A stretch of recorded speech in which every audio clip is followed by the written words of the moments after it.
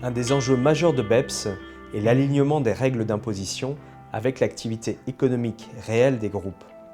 Cette question se trouve notamment au cœur de l'action 6 de BEPS, consacrée à l'abus des conventions fiscales. L'OCDE souhaite affirmer que l'objectif de chaque convention fiscale est certes d'éliminer la double imposition, sans pour autant permettre la création de situations de non-imposition. L'interposition d'une holding pure, sans activité opérationnelle, est clairement visée par BEPS.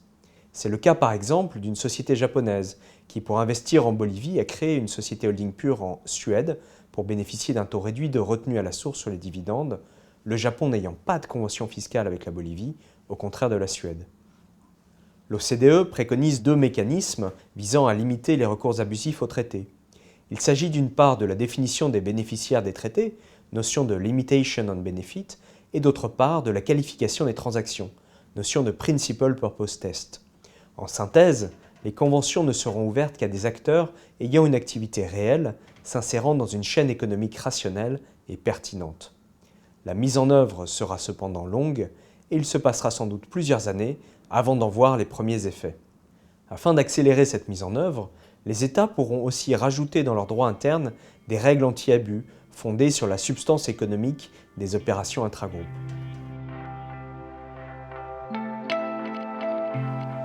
Pour les groupes, deux actions sont à mener pour anticiper ces évolutions.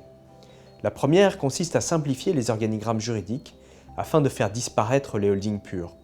La seconde consiste à aligner les flux avec l'activité économique du groupe pour montrer qu'il y a bien de la substance et un rationnel économique derrière chaque transaction.